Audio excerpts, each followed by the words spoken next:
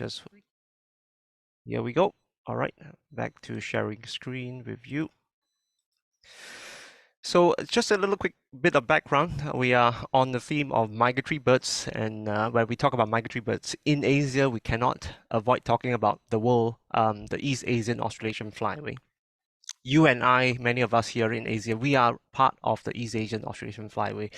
It's essentially a highway that is used by millions and millions of migratory birds, and it brings together so many of these different ecosystems we have here in Asia. Ranging from the tundra to the tropical rainforests we have here in Southeast Asia. So it's a really complex and magnificent flyway used by probably more species of migratory birds than any of the other flyways. I think at last count, we think that there are more than 550 migratory species in this flyway. So this map on the right just gives you a little bit of that geographical spread of the East Asian Australasian flyway. It's a vast region that unites the East Asian ecosystems with Southeast Asia, where we are, and of course the ecosystems of New Zealand and Australia. We know that this is a very impressive, very magnificent flyway. It's got so many bird species, but unfortunately, this is also the most threatened of the world's migratory flyways. At last count, we see that there are more than 60 species of migratory birds. I'm not even talking about birds in general, but 60 species of migratory birds in this flyway out of a total of probably 580 species are already considered as globally threatened. So whether they are critically endangered, and vulnerable. And this number will slowly increase over the next few years because many more species are found to be in decline. So really, this is a very should I say, imperiled flyway. The birds that we have here on this flyway are faced with so many different threats, ranging from habitat loss to hunting. Hunting is an increasingly serious issue that some of the work by our colleagues has found to be for many migratory species. And most of the data that have been picked out from long-term monitoring of some of our migratory waterbirds show that many species are in decline, as you can see on this little graphic on my screen. Although it focuses on migratory shorebirds, many other species of waterbirds are in decline. And obviously, the Masked Finfoot is no exception. The Masked Finfoot is a very charismatic bird. I'm very lucky myself to have been able to observe it 2 or 3 times in 30 years of ornithology and bird watching. It shows how elusive and enigmatic this bird is. The picture on the right of your screen, this is a picture of the Masked Finfoot taken by a colleague of mine, Ong Kim Sian. This is taken from Malaysia, just around the time when I was born in the late 80s. And this bird was along the banks of the Tahan River in Taman Negara National Park in the northern parts of Peninsular Malaysia. Those of you who visit Malaysia know that this bird is now really hard to see there, and there has been no confirmed sighting for more than 7 years now. So the bird is really in trouble in Malaysia. And more recently, we have this Masked Finfoot on the left. This picture was taken from the Sundarbans of Bangladesh. And as you will soon learn from Siam, the Sundarbans is obviously one of the most, if not the most important landscape for the Masked Finfoot today. This individual was taken deep in the mangrove forest in the segment of the Sundarbans, which is a little more fresh water than the areas closer to the sea. I probably shouldn't go into too much of details on the Masked Finfoot in Sundarbans because we've got all the experts here to tell you about that anyway. And on that note, I'm very pleased to introduce Siam Chowdhury. Siam is a close colleague and an old friend of mine at the University of Cambridge. For those of you who work in conservation, you would know him because many papers on waterbirds in Asia are written by Siam and his colleagues. Many of us know him also for his work on spoon-billed sandpiper. And he is the brainchild of the Sundarbans Finfoot Research Project, a project that has been going on for a long time to keep track of finfoots in the Sundarbans. And we're really glad to have him here to tell us about his story, his work on the finfoot, and what he thinks are the things that we need to do in the next few years to protect them. On that note, I would like to pass the floor to Siam to take us through the Sundarbans and his work on this species. Great, thanks, Dingley. Let me try and share my screen.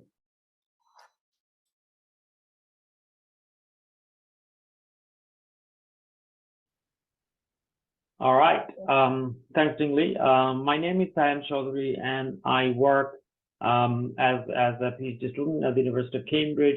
I mostly study shorebirds, but I also look at other important or certain species in Asia, especially that occur in Bangladesh.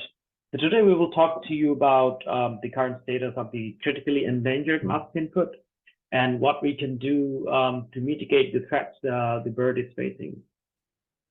So there are three species of finfoot in the world. The American finfoot or sungreep, then we have the African finfoot, and then the Asian finfoot, which is also known as the masked finfoot. And that's the only migratory species of all three finfoot species. And we estimate that there are less than 300 mature individual birds left in the world, and it was only uplisted to critically endangered last year. So historically, the masked finfoot occurred throughout Asia, from Northeast India to southern Indonesian islands. In 2020, we took a closer look throughout this range and analyzed all the recent sightings of the masked finfoot throughout Southeast Asia. And we found that there is a big decline in number of sightings throughout Southeast Asia, except for Cambodia, which we think that there are more targeted service in the area and more opportunistic observations as well, which then makes it look like there is an increase, but actually maybe there was not. So the trend in Southeast Asia is almost certainly decreasing. And if you look at the seasonal movement of the masked finfoot, in the continental Southeast Asia, when it's a bit drier, between December and March, birds tend to move further south and come to the peninsula, which we think is the water level within the forest areas linked with the migration of the masked finfoot. And since it's a migratory species, the threat the bird is facing is probably more than other species that are non-migrant. So I'm going to tell you a little bit more about how I started my work on the masked finfoot in Bangladesh. It was a decade ago. It was back in 2011 when I worked in the eastern part of the Sundarbans. If you look at these black lines, these are the areas where I have surveyed. And I mainly based my survey on a study that was done in 2004 by some of my friends and colleagues who were probably also in the talk, Gertrude Denzau and Rubaiyat Mansour and Elizabeth Farhan Mansour. So they did a baseline study in the southern part of the Sundarbans. These gray triangulars are the areas where they found finfoot nests. So that was my primary information to design my survey. And when I went to those sites and looked for nests, I didn't find any nests in the southern part. And then as I started to go north, I started to find nests. So the stars are the black stars are the ones where I found nests, and the triangles are the ones where they were found by them in 2004.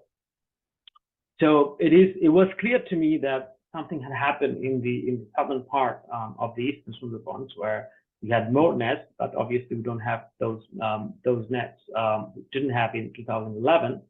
And when I looked at the data in more details, we identified that there has been a change in the tree species preference for nesting. In 2004, they preferred more from the trees, but later on, not so much. And there are some other differences in habitat selection for nesting. And we wondered why that happened. So, there are many hypotheses, but we don't really clearly understand what is happening in the eastern part of the Sundarbans. If there is a northward shift, if that is happening because of the increased level of salinity in the southern part, or because there are several tropical cyclones that happened post 2004. And and that had forced the masked finfoot to move further north. But to be honest, we don't really know. So that needs further investigation. But that could be a threat that might be quite difficult to address in the longer term. So when we did the analysis of its global status, we started thinking that the main population of the masked finfoot is in Myanmar. That was all over the literature. And when we looked at the site, especially the Hukong Valley, we discovered that there has been large-scale encroachment and deforestation going on, and little masked finfoot habitat left. So based on that and lack of evidence of masked finfoot occurrence, despite several surveys by different organizations using even camera traps, had failed to detect any masked finfoot in the area. And then we thought that even if there is a masked population, that would be really small. So then we came up with a table based on survey reports and previous sightings and expert opinion, and estimates for each of the sites. And adding up all of those, we couldn't come up with being really optimistic.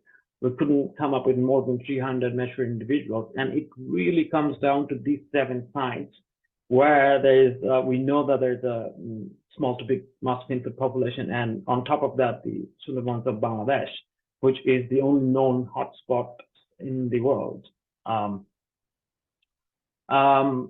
So if you look at the threats, we know that the forest loss throughout Southeast and South Asia is one of the key threats, and finfoot really needs undisturbed riverine areas, forested areas to survive. And even in the 2 main sites that we know in Bangladesh and Cambodia, both are protected, but they are not really safe in those protected areas, because we know that there has been claims of reports of hunting and collection of eggs in both parts, and also issues related to fishing, and maybe also poison fishing in the Bangladesh of Sundarbans. So there are threats that we could address to mitigate further loss of its population.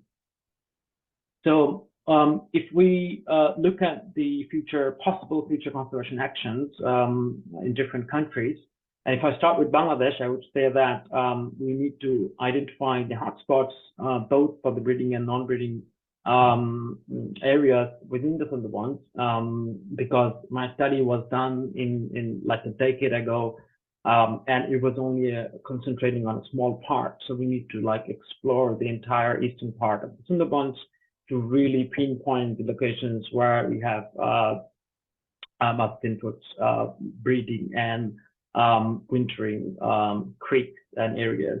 And we need to inform the local communities and the government to own the masked finfoot and the global importance of it. It's not only the tiger that is important in the Sundarbans. There are other species such as the masked finfoot, which needs equal attention and protection. And ideally, we protect all the important masked finfoot creeks from encroachment and disturbance. That's quite important. And set up a long-term monitoring scheme so that we could detect whether the conservation interventions we are taking are actually working or not. So in Myanmar, we have both Myanmar, Cambodia, and Laos. We have some sites that need further investigation. I'm not going to go into the details on Cambodia because we have a talk on that specifically after mine. So some areas we don't really have, especially some national parks in Myanmar, Cambodia, and Laos. We don't really have updated information whether we have finfoot in those areas or not. So those need a bit more survey effort. And in any of these sites, we need to reduce disturbance on the waterbirds, which is usually used for fishing. So yeah, so that's pretty much about it. And I'll be here to answer your questions. Please drop your questions in the chat box. Thank you. Thank you very much, Sayam. That was a very excellent overview of the masked finfoot in Bangladesh and also across Southeast Asia. I'm just keeping an eye on the chat box, and I think there's a couple of questions already accumulating. But I think we'll get to the questions when we come to the Q&A at the later part of the presentation. As Sayam's presentation obviously show, a lot of the world's masked finfoot are in Bangladesh. But of course, we cannot forget that there's also some very important populations here in Southeast Asia, especially in Cambodia. And in the last few years, the efforts of the Wildlife Conservation Society has been really keeping an eye on those masked finfoots living in northern Cambodia. On that note, I would like to introduce our next two speakers. We've got two speakers together doing the next presentation. We have here with me on the call Nev Brodis from the Wildlife Conservation Society. Nev is the Northern Plains Landscape Technical Advisor, which means that he has a lot of oversight on some of these most important protected areas in the northern parts of Cambodia to the west of the Mekong River. So Nev will be well placed to tell us about some of the work that WCS have been doing in northern Cambodia about finfoots and even other waterbirds in general. Also here with us today is Moni Sang. And Moni, many of us know Moni because he has brought us bird watching in some parts of Cambodia. But Moni is a leading expert on the waterbirds of Cambodia. He's got lots of field experiences through his work trying to survey threatened waterbirds in all different parts of Cambodia. Moni is actually in the field right now, but he has kindly made time to join us on today's call to share with us his knowledge of the masked finfoot. So really glad, really pleased and honored to have these two experts here with us from Sam Vishna and from WCS. I think you probably want to hear more of their story. So on that note, I will pass the time over to Moni and Nev to take us through their work on the masked finfoot in Cambodia. Over to you.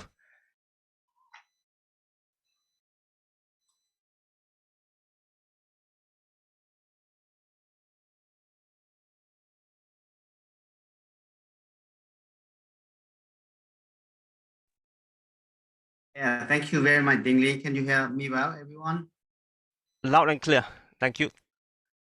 Thank you. That's good.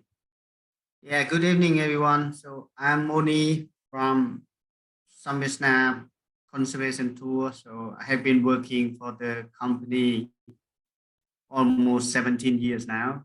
Really, very glad to be in this career. So I'm the interim CEO at the moment. I'm also the lead guy for the company. And nice to see Phil around here. Never met you for 16 years because you have been visited the IB site in 2007, I think. It's good to see you here.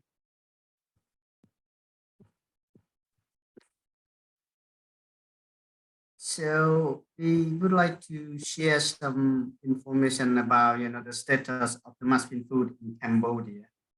So the majority of our work on masked finfoot has focused on one landscape within Cambodia, the Northern Plains landscape. The Northern Plains is situated in Brevia province in the far central north of Cambodia, bordering both Thailand and Laos. The area supports globally important fauna and flora with 84 globally threatened wildlife species and 48 nationally protected species, including Asian elephant, wild cattle, and the critically endangered giant and white-shouldered ibis. The northern plain has been under severe threat due to several deforestation and degradation drivers. These drivers include illegal logging, clearing of forests, horticulture, and infrastructure development. Large economic land concession and social land concession have been progressively encroaching on the forest land of affected areas. An active illegal wildlife trade in the region and loss of habitat and severely impacted the area's biodiversity. Forest clearance in the region have been accelerating, driven by increasing access to markets, rising population, and immigration. So high levels of household debt have also been an increasing problem, sometimes resulting in overexploitation resource loss of land.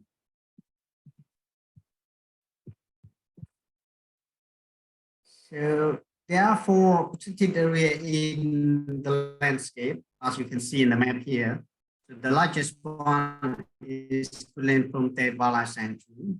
So this sanctuary cover 402,500 hectares across 3 provinces. However, land use change in the provinces of Siem Reap and Udon Minjay to the west, and the reason of social land concession and economic land concession in Prairie section render the effective size of this sanctuary at around 170,000 hectares. It is here in Kulen Promte Wildlife Sanctuary around where Masked Finfoot still clings onto existence. So Kulen Promte Wildlife Sanctuary is home to many community who live within the protected area for generations. So most family rely on sustainable, subsistence grain-fed paddy rice supplemented with, Sweden agriculture, collection of forest products, and seasonal fishing. Gradually, with greater access to markets, more families are using cash crops such as cashew and cassava to increase incomes. And among the non-timber forest products collected, like resin collection from strawberry tree species is an important source of income for many families. A study in Prairie province, conducted by McKinney et al. In 2004 indicated high dependence on forest products, with 48% of rural incomes coming from forest products, 46% from agriculture, and the remaining 6% from other sources.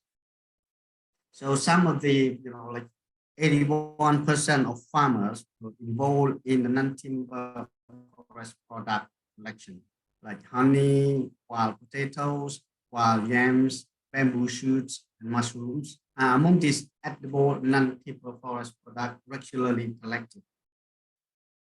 And many families also engage in fishing supplement their diets, as well as opportunistically hunting other small animals such as frog, squirrel, and bird.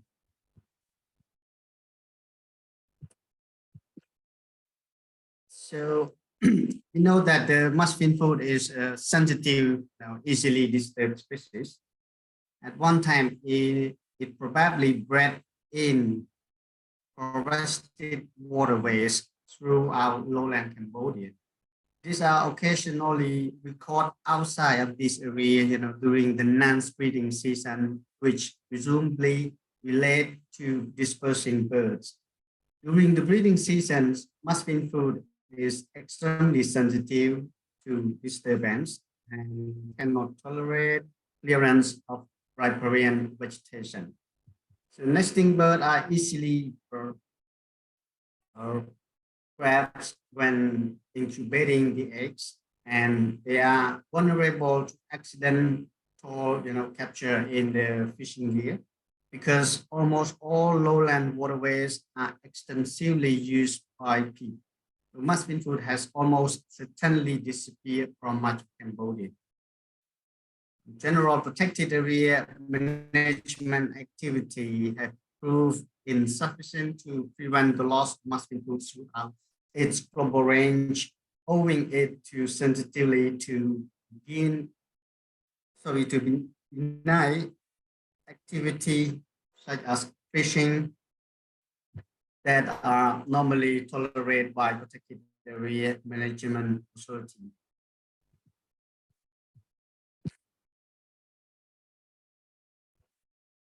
So the Wildlife Conservation Society, have been supporting conservation activity in the Northern Plain landscape for over 20 years. Over this time, a relationship had been built with communities who are central to the success of the projects in this human-dominated landscape. Smart Patrol, WCS directly employs 28 community-based researchers who conducted monthly biodiversity patrols within the northern plain landscape. The researchers are trained in using smart spatial monitoring and reporting tool, a handheld device that collects information on biodiversity while tracking location and providing real-time patrol reports through the cloud-based Smart Connect. The data received in real time can be used to guide law enforcement teams from the Ministry of Environment or community patrol teams where area coincide with the community protected area system recognized by MOE. So the patrol routes are, created based on the local knowledge of where key species are known to occur. Researcher can record various data on what is found, like nest calls, direct sighting, and so on.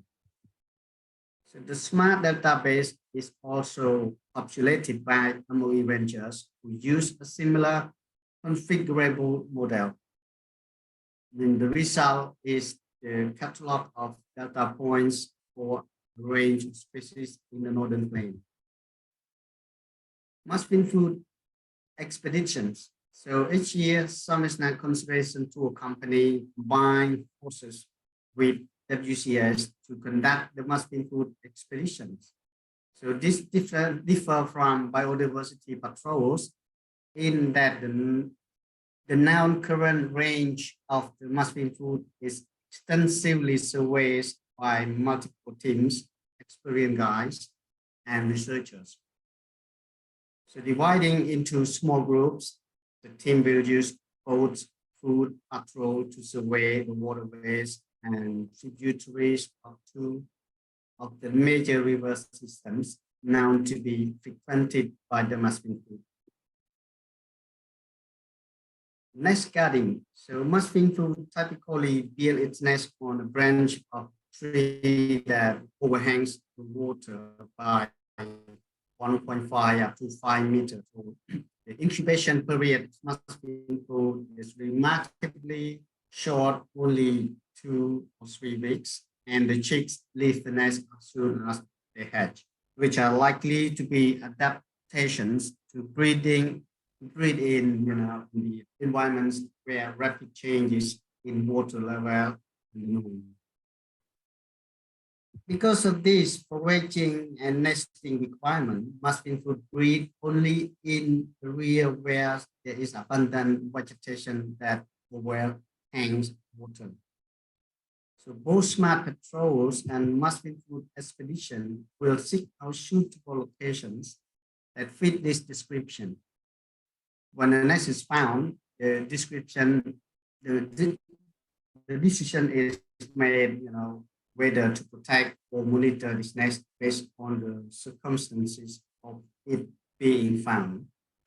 Where the community have found nests, it is often advantageous to provide a small flight pen to the community members to monitor this nest from a distance and ensure that it is not disturbed by the actions of other community members.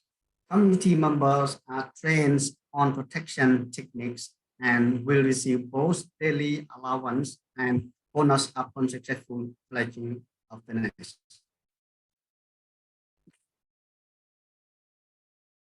So what has this reveals? There is a noun breeding population on the Steng Mema Steng Suong River system in Plain from the Palasengfu. The size of this population is unknown, but multiple birds are recorded annually. Exactly numbers depend on large extent in survey. Particularly early in the breeding season, one bird almost food. Nests have been recorded in Victoria, and birds have been recorded in all months of the year in Kuletumte Balai Sanctuary. The exact size of the Masked Finfoot population in the northern plain is not known, but that is not important. What is important is that there is still a population that is known to breed there annually. In 2020, the nest was guarded by two local community members, and two adult birds were seen at the nest for age counted. A total of 4 chicks fledged successfully.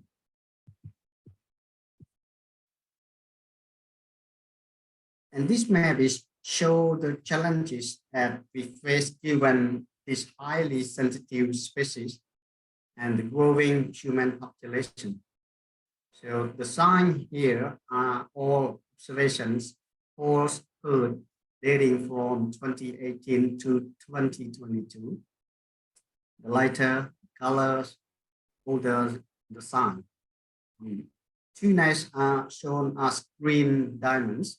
Villages are also shown, and the numbers represent the number of families registered in each village. Almost all the sign of Masked Finfoot is found within 3 kilometer radius of populated area. The 6 villages here have an average 225 families per village. This represents a total population of almost 6,000 people. So the 2 nests found in recent years are in the heart of confluent 3 villages. This video was shot by WCS community researchers in the Northern Plains.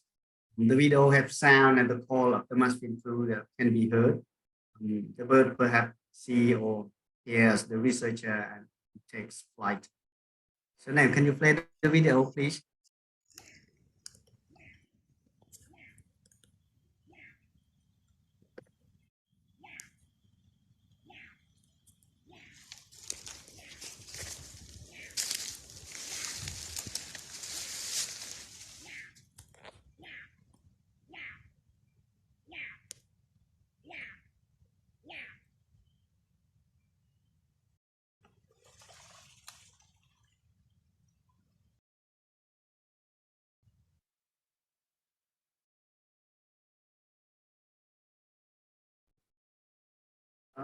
And another video here, it's also shot by the WCA research community researchers in Northern Plain. So it's a little bit longer here, but the bird can be seen in the foliage at the back of and then swimming toward the cameras, perhaps feeding insects. And the researchers is well hidden as not spoke bird.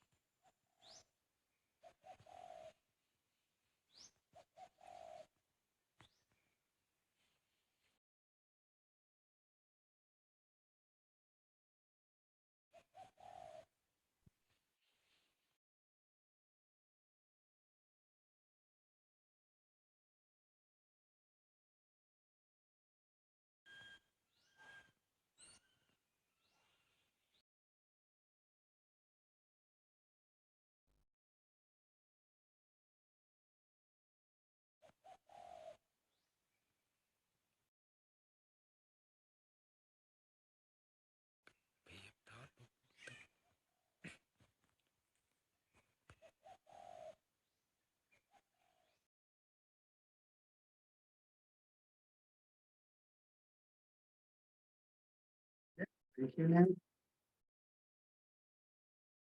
So, mostly a tour guide with two paying guests in a different part of Cambodia spotted a single juvenile in a stretch of the Steng Sangkai River, a tributary to the Tule Sap Lake, just very recently.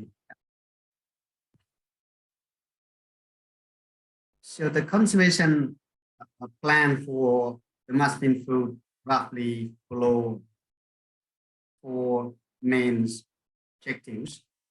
Under Objective 1, WCS and SVC will continue to research for Masked Finfoot nest in its known range, including upscaling the expeditions to cover more months of the year. In addition, WCS will review through community consultations the fee construction for nest reporting by the community protection of nest. Nest protection protocol currently in place will be reviewed to ensure that they are applicable to species like Masked Finfoot. Detail of the nest protection scheme will be represented to fishermen and users of the river system to remind them of the nest reward scheme and detail on contact persons. Under Objective 2, WCS and SBC propose to create a no fishing zone on stretch of the Steng River system.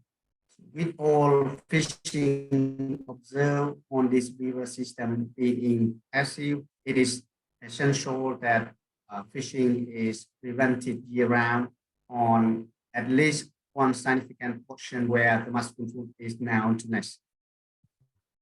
Ultimately benefiting community, no fish zone will act as fish refuge, but community consultation on this is essential to ensure that community will be on board with this initiative.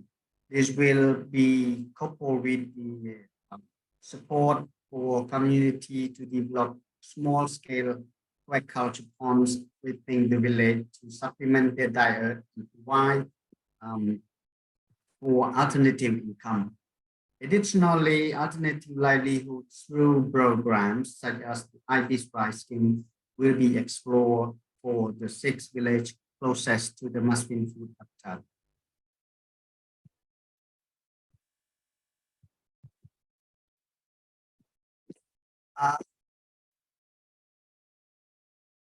The existence of a population of Masked Finfoot in the northern plain landscape create an opportunity for ecotourism. The villages in this area are accessible, and the most suitable village will be the initial focus for ecotourism activities. The critical need is to determine how to reliably show Masked Finfoot to bird watchers at different times of the year. SPC have a lot of experience tailoring birding tools, and this objective suite would be conducted by SPC. Under this objective, we would need to evaluate whether the Masked Finfoot is present during months of the year, and so this would include community consultation and interviews with fishermen. The fourth objective is a broader look at Masked Finfoot in Cambodia. Under this objective, survey would be carried out in other potential ranges of the Masked Finfoot within the country. Initially, this could begin with other parts of the northern plain, extending into other protected areas later. Finally, a comprehensive plan for the conservation of Masked Finfoot in Cambodia will be produced. This could be based on the lesson learned from implementing the objective three, the previous 3 objectives. Yeah. So that's all from me. Thank you very much for your time.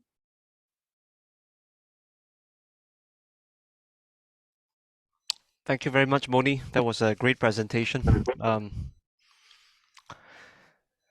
Thanks for sharing the video as well. Yep, that was a brilliant video. I think most of us have never had the opportunity to hear a Masked Finfoot calling. So whoever amongst your colleague that recorded that video, it must be a very, very lucky person. And again, just a little bit of background for our friends out here who are not familiar with the Sam Vishna Conservation Tour organization. It's a social enterprise that has really brought ecotourism to many parts of Cambodia since the time when I was in high school, and they have done a really excellent job in bringing ecotourism to areas which livelihood opportunities are really scarce. So for bringing tourists to see species like the giant ibis, the Bengal falcon, and many of these other threatened birds in Cambodia. So a really cool initiative that's worth supporting. I think we've had two really good presentations today. We had a sort of a big picture overview by Sayam, looking at the Masked Finfoot based on the studies that he has made in the last few years, and also a more specific look at the Masked Finfoot and its ecology in the Sundarbans of Bangladesh. And of course, after that, we moved across the region from Bangladesh to mainland Southeast Asia. Thanks to Moni, Moni and Nev brought us to the northern plains of Cambodia. And as many of us know, the northern plains of Cambodia is today amongst the most important landscapes for the Masked Finfoot in this region. So really good and comprehensive set of presentations, and also a call for action. And it's really surprising for me, at least, for a bird as large and, well, seemingly as conspicuous as the Masked Finfoot. It's so hard to find that efforts to locate them all over the region has not been particularly successful, even in Myanmar, where it was formerly thought to be common. I think we've got a little bit of time for questions going into the next 10-20 minutes, and I see that there's already a couple of really good questions coming into the chat. For those of you who have questions for Sayam, questions for Moni and Nev, feel free to put your questions on the chat, and we will get them read out to our speakers to get their views on some of your on your questions. I think there's 3 so far, so I will go from moved up the list from the chat. I think the first question comes from Paul Thompson, who has also worked in Bangladesh for a long time. I suppose that question is directed at you, Sayam. So the question from Paul is the apparent absence of Masked Finfoot from West and Central Sundarbans. He's really keen to know how much these areas in the western and central part of Sundarbans have been surveyed, and he's keen to know whether if the habitats there are very different from the Sundarban landscapes that you have worked in. What do you think, Sayam? Yeah, so the habitat is quite different. It's shorter vegetation towards the western part, and also the water salinity is quite different. We didn't do any specific targeted survey for Finfoot, but people have visited those areas, and there are no virtual confirmed record from that side, including the Indian Sundarban. So there was a question on that too. So the answer is that as we go east to west in the Sundarbans, the density on the sighting of the Finfoot reduces, which is probably linked with water salinity. And I think there was another linked question on the migration of the Finfoot. We don't have any tracking data, but the population in the Southeast Asia do migrate. We have evidence for that because there are many records in areas with no water connectivity and in the middle of nowhere in Southeast Asia. But the population in Bangladesh is probably resident, almost certainly resident, because we have never seen them in flights. So the population in Southeast Asia, they are migratory, short distance migrants, and in Bangladesh is almost certainly residents. That's a good point. Actually, just to build upon your point, Sayam, the Southeast Asian population, what do you think is the most convincing evidence of its migration? I think a lot of people here may not have seen a finfoot, or may not be familiar with the ecology. So what do you think would be the most No, compelling evidence of that? Yeah, so the questions were mostly from Bangladesh, because people who've seen Mm. finfoot in the tundra of Bangladesh, it would be hard for them to believe that the finfoot actually migrates, which was the case for me too, because I never saw it in flight. And there's one record, but Phil just told me there's one record from the 17th from a hilltop of Masked. It was affected by the floodlights in a hilltop. So that indicates that they were on the move. And obviously, you know that there are many records from disconnected ponds in the middle of nowhere. So they obviously have moved. And it is linked with water level in different parts of Southeast Asia, right? When the water level reduces in the north, in winter, they have to go out of there and they try to move south. Yeah, you could probably add more on Southeast Asia than me. But Sayam, one thing on that note, I just also was reminded of the fact that one of these really strange records of masked finfoot in Southeast Asia was in Peninsular Malaysia. It was picked up by a Bangladeshi biologist, a colleague of ours, Rashid, who was in Malaysia, of all places, and he noted masked finfoot that has flown into a school in the city of Malacca, which is on the western coast of Malaysia. So I think that's probably another very unusual record, I would say. But Yeah. Unfortunately, that was a rather old record. I think it's almost 20 years ago. Yeah. Great. Thanks. I think there's another really good question from our colleague in the chat. I think this is coming from Muhammad Sharif Hussein. And he has a question with regards to captive breeding. Now, this question I think could go to yourself, Sayam, and also to Nev and to Moni as well, to hear your views on whether if you thought captive breeding would be an important intervention for the masked finfoot. So here's the question. What kind of research, what kind of initiatives to be going on to conserve the species in Bangladesh? Do you think we can think of a captive breeding program? So again, this question goes broadly to all speakers. Maybe we can start from Sayam and then go to Moni and Nev. What are your thoughts on a captive breeding program for conserving the masked finfoot? Yeah, my opinion on that, on conservation breeding, would be that's the last option we should go. Like, we should try and protect existing habitat first, and then if we're really failing, then that's the last resort we should take.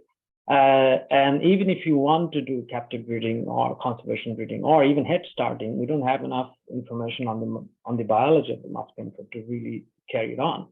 So those things needs to be done first, and then we could think about conservation breeding if it's needed. But we need to solve the problems that are facing right now in the wild first. That would be our first priority. So if you have to prioritize them, it would be in situ conservation. Yeah. Okay. I think that's a really fair point. And moving to Cambodia, to Nev and to Moni, do you have any views on whether WCS has thought about captive breeding of the masked finfoot? What's your thinking on this? Yeah, thanks very much, Ding. It's a very, very good question. Yeah, we have we've considered this. I mean, that we just haven't made a decision. Which, you know, quite well aware that not making a decision is the same as deciding to not do it. The issues with the masked finfoot are all related to human interventions within the areas where they're found.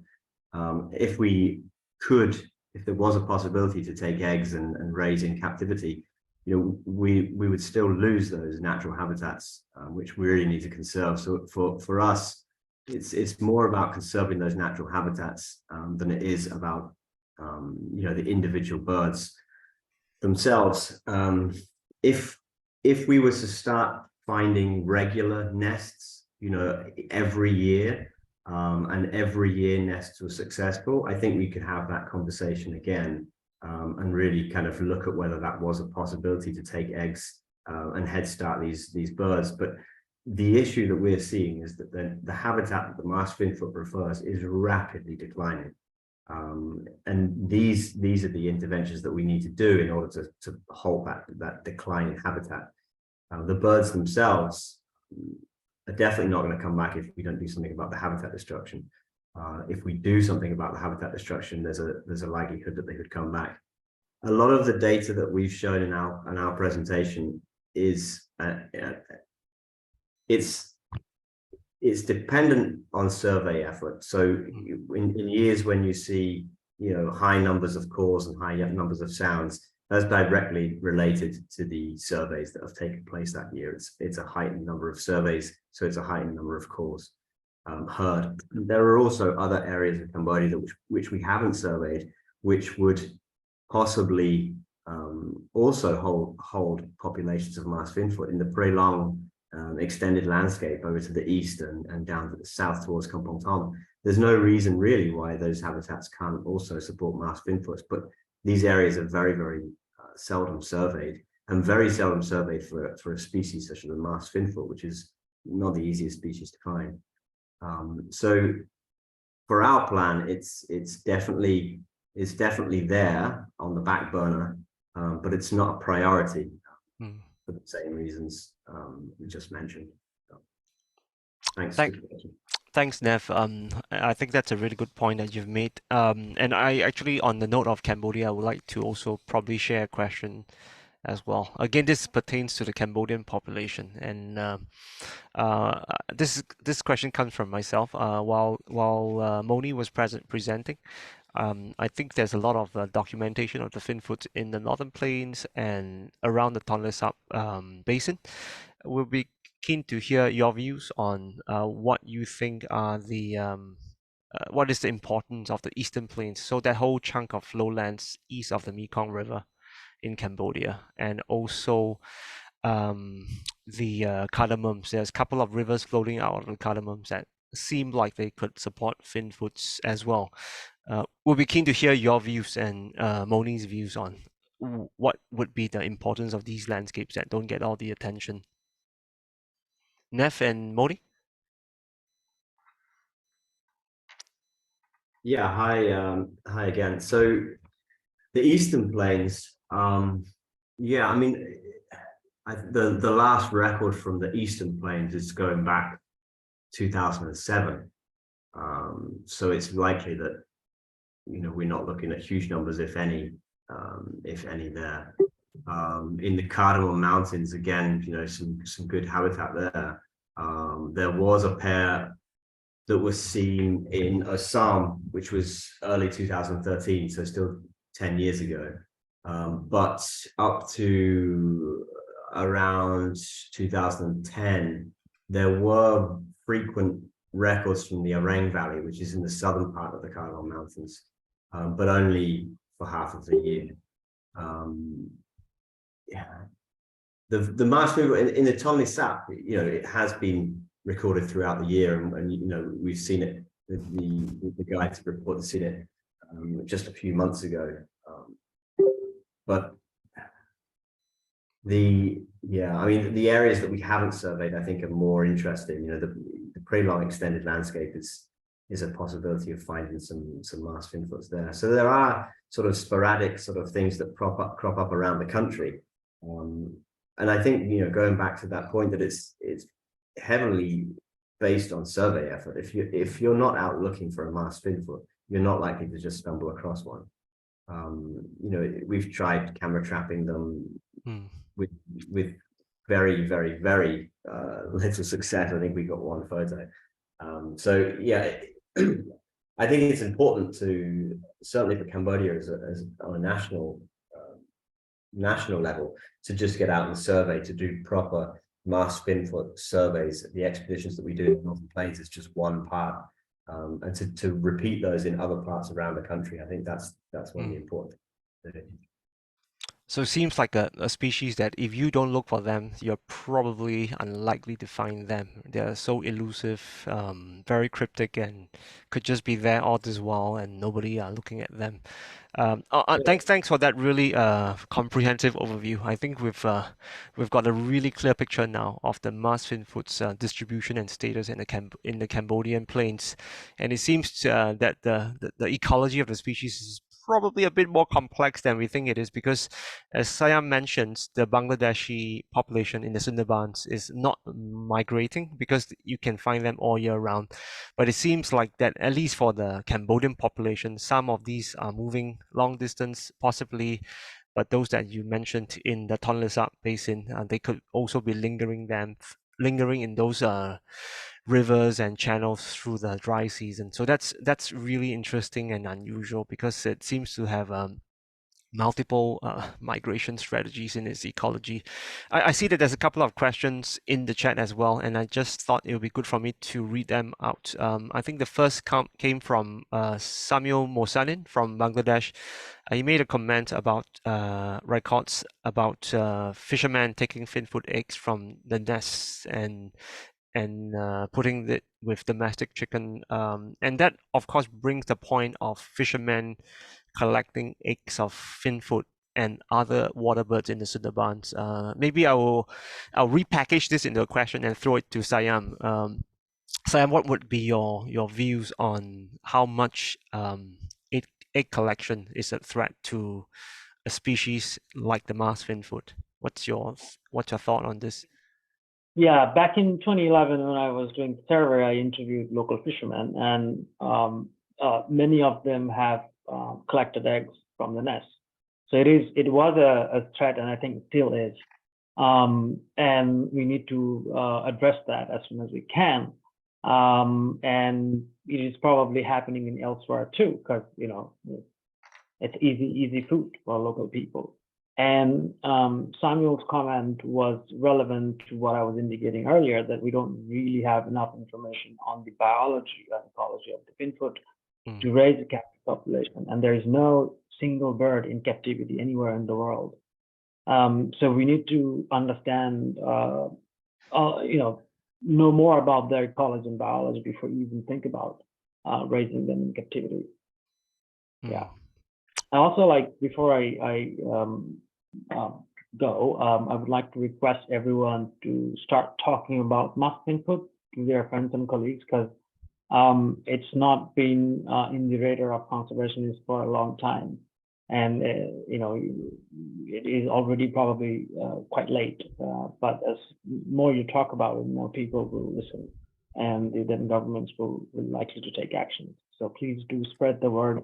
Masked Finfoot is our species, and we really need to do something about it in every range country.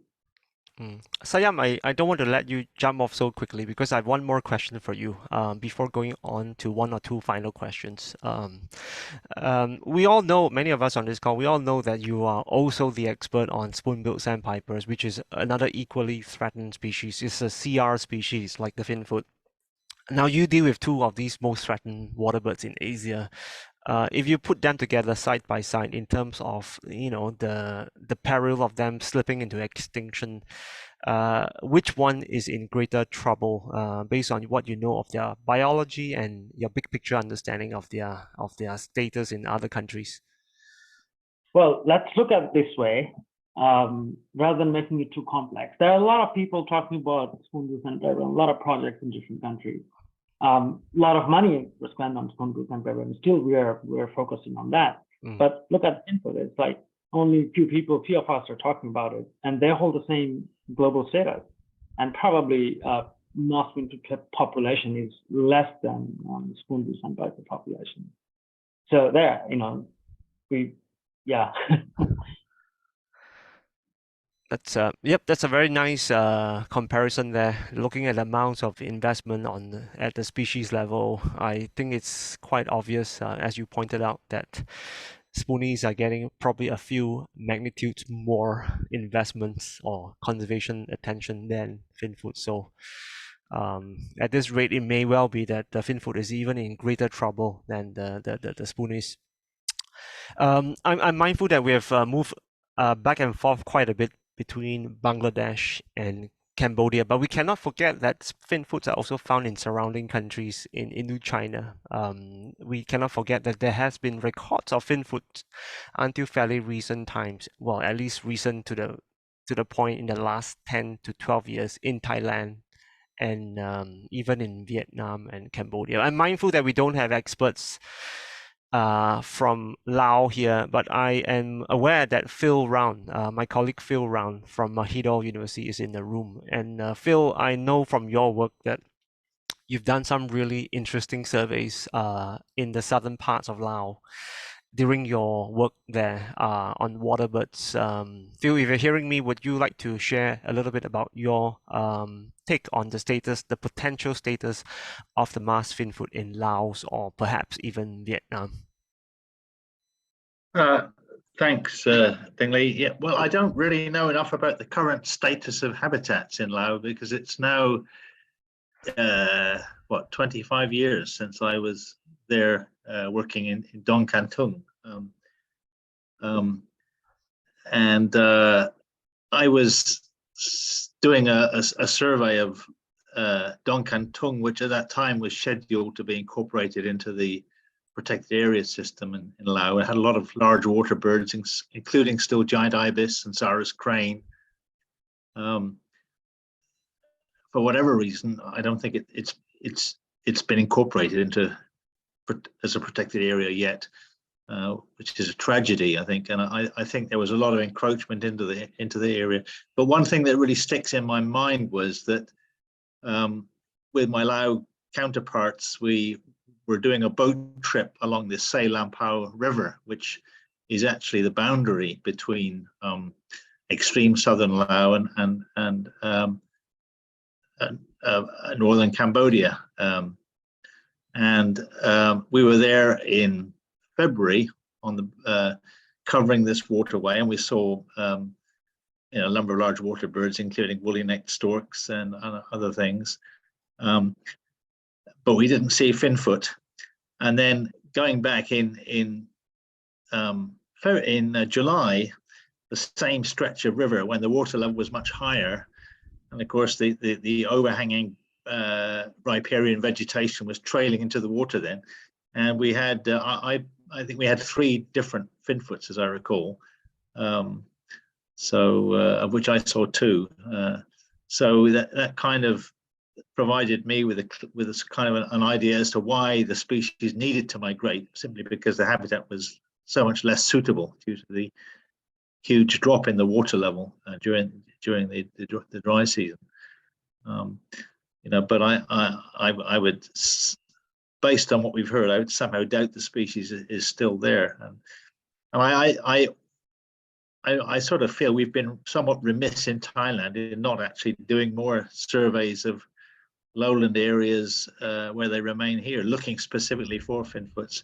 I'm pretty sure actually that Dr. Anak and the hardworking WCS team would have encountered finfoot somewhere if it was around somewhere in the lowlands of Thailand. But I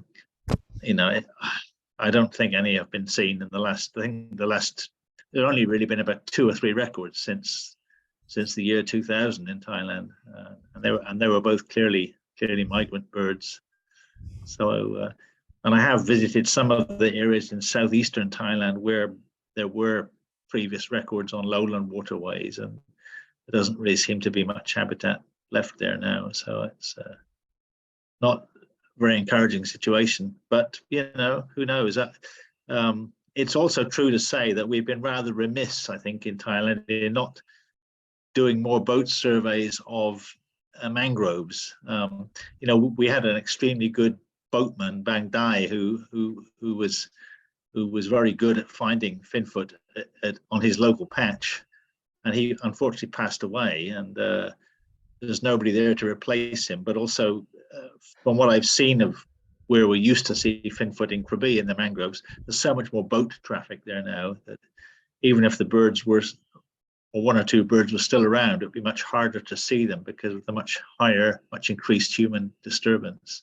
But the fact remains, I think we've been a bit remiss in not going out and looking. people haven't really been going out looking for finfoot in the very extensive areas of mangrove that line the or both coasts of the peninsula. But I think it's the birds are probably so scarce, if there are any still around at all, that the chances of encountering them would be very low, I think. I mean, I assume that our birds may have been coming from Myanmar. That would be the most likely source of breeders. And if the Myanmar population has collapsed, as seems to be the case, then there just may not be any finfoots now wintering on the peninsular Thai coast. Thanks, thanks, Phil. That's a really more than comprehensive overview of the species status in Southeast Asia. You've patched the gaps for Thailand and Lao PDR and Myanmar. It's unfortunate that we don't have a speaker today from Myanmar, because Myanmar, at least until the last 10 years, was known to be really important for the species. So it's good that you brought that up, and I think the situation, of course, is not very helpful for conservation work in Myanmar now, given that some of these areas are so inaccessible and embroiled in some kind of a frozen conflict. Thanks for giving that that overview. I think that was effectively also a presentation on its own. So thanks for sharing your historical knowledge and your present reflections on the finfoot with us. I'm very mindful that we are a little way over time already. I think we've got a really comprehensive discussion. Again, once again, I am very thankful that we are able to be here in the company of 3 experts, 3 plus 1 to be exact. Sayam, Moni, Nev, and Phil, for sharing your thoughts and your long history of work on waterbirds, and in particular the masked finfoot with us. It's a species that's obviously in serious trouble. As you've seen in the presentations, the populations of the finfoots are obviously not very high, probably less than 500 individuals, and probably not getting any higher anytime soon. To make things worse, it's a species that's hard to find. It's scarce, it's cryptic, and it also doesn't help that bird watchers like to go to places where birds are most easily seen. So we tend to go back to the places where we always see a bird, to see the bird again and again. So I think the finfoot is one of those species that suffered from detection bias in the reverse sense. So a species that we must watch out for. And the good news, well, some cautious good news coming out in recent times, is that among Siam and other conservationists, through the East Asian Australasian Fly Partnership, there's a lot of discussion now about convening a working group or some sort of a task force to mobilize action for the finfoot.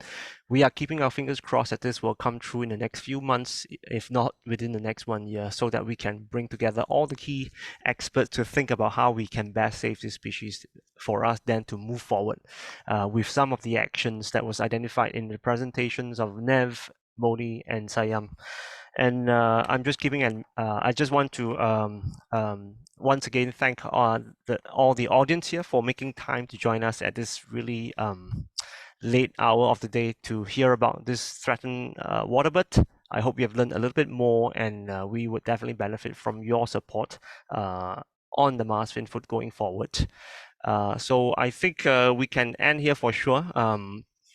I can assure you also that this presentation has been recorded. So for those of you who want to revisit the presentations, you should be able to find it eventually on the BirdLife YouTube, and possibly also on the Oriental Bird Club's YouTube. So thanks once again to all 4 presenters, including Phil, and thank you to all of you for making time to join us.